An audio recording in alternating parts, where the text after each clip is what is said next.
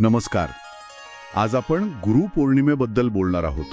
आपल्याकडे गुरुपौर्णिमा, महत्त्व, पूजन आणि आचरण यावर आधारित काही माहिती आहे.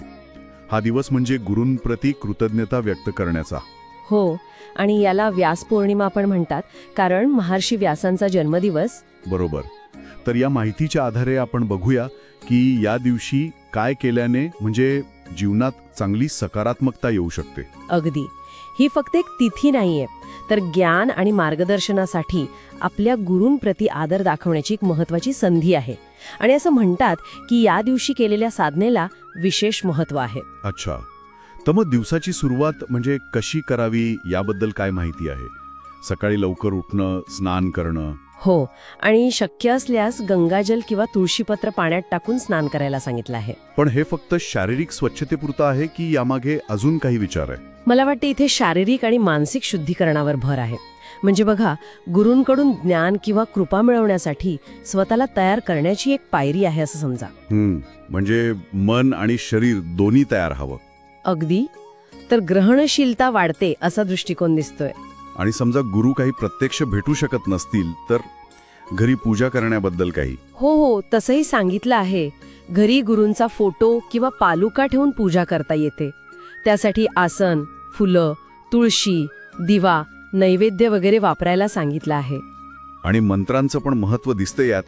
विशेषतः गुरुर् ब्रह्मा गुरु विष्णू गुरुर्देवो महेश्वरः. गुरु साक्षात परब्रह्म तस्मै श्री गुरवे नमः. हो, हा मंत्र शांत चित्ताने किमान 3 वेळा म्हणायला सांगितला आहे. या विशिष्ट मंत्रामागे काही खास कारण असेल का? नक्कीच. हा मंत्र गुरु तत्वाला थेट ब्रह्मा, विष्णू, महेश यांच्या स्थानी मानतो. म्हणजे गुरु हेच परब्रह्म आहेत, ही सर्वोच्च भावना यात आहे. अच्छा. त्यामुळे ते फक्त शब्द नाहीत, तर गुरूंच्या त्या वैश्विक रूपाशी आपल्याला जोडण्याचा प्रयत्न आहे. आणि ओम श्री गुरुभ्यो नमः सारखा नामजप 108 वेळा करणं, ते पण मन एकाग्र करायला मदत करतं. म्हणजे सकारात्मक स्पंदनं निर्माण होतात. हो, भक्ती आणि श्रद्धेची प्रक्रिया आहे ही. म्हणजे पूजा हे फक्त बाह्य कर्मकांड नाही, तर एक आंतरिक जोडणी आहे. पण पूजेच्या पलीकडे जाऊन गुरूंच्या उपदेशांचं वाचन किंवा चिंतन करायला पण सांगितलं आहे. अगदी. दासबोध, ज्ञानेश्वरी यांसारख्या ग्रंथांचं पारायण म्हणजे श्रद्धेने वाचन करणं. याला आपण ज्ञानाशी सक्रियपणे जोडलं जाणं म्हणू शकतो. बरोबर.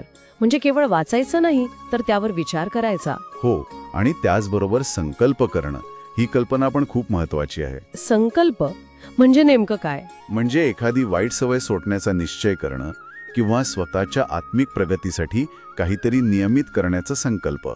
जसं रोज ध्यान करणं किंवा अभ्यास करणं. अरे वा, हे खरंच खूप प्रेरणादायी आहे. म्हणजे स्वतःमध्ये सुधारणा करण्याची एक प्रकारे वचनबद्धता. बरोबर. ती केवळ इच्छा नाही, तर एक निश्चय आहे. पण जशा चांगल्या गोष्टी करायला सांगितल्या आहेत, तसंच काही गोष्टी टाळायला पण हव्यात ना. हो, नक्कीच. वादविवाद टाळायला सांगितले आहे.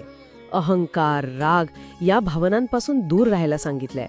आणि सगळ्यात महत्वाचं म्हणजे गुरु किंवा ज्ञानाविषयी अनादर नसावा. म्हणजे वातावरण आणि मन दोन्ही शुद्ध ठेवायचं. अगदी. नाहीतर मग त्या साधनेचा, त्या सकारात्मक ऊर्जेचा परिणाम कमी होऊ शकतो. आदरभाव महत्वाचा आहे. आणि या सगळ्याचा फायदा काय? म्हणजे हे सगळं केल्याने काय मिळतं? माहितीनुसार याचे फायदे म्हणजे मानसिक शांतता, घरात एक प्रकारची सकारात्मकता येते, कामात यश मिळायला मदत होते, आणि सगळ्यात महत्वाचं म्हणजे आध्यात्मिक उन्नती होते. म्हणजे एका दिवसाचं आचरण असलं तरी त्याचे परिणाम खूप दूरगामी असू शकतात. हो, तेच तर.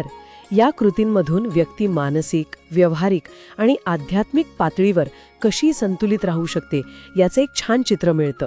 स्वतःला उच्च मूल्यांशी जोडण्याचा हा एक मार्ग आहे. तर एकंदरीत या चर्चेचा सार असा दिसतो की गुरुपौर्णिमा म्हणजे फक्त विधी नाहीयेत, तर आपल्या मार्गदर्शकांप्रती, मग ते कोणी व्यक्ती असोत किंवा ग्रंथ किंवा एखादी परंपरा, हो, त्यांच्याप्रती कृतज्ञता व्यक्त करणं, त्यांच्या शिकवणीचं परत एकदा मनन करणं आणि स्वतःच्या विकासासाठी पुन्हा एकदा संकल्प करणं, असा हा दिवस आहे. अगदी बरोबर.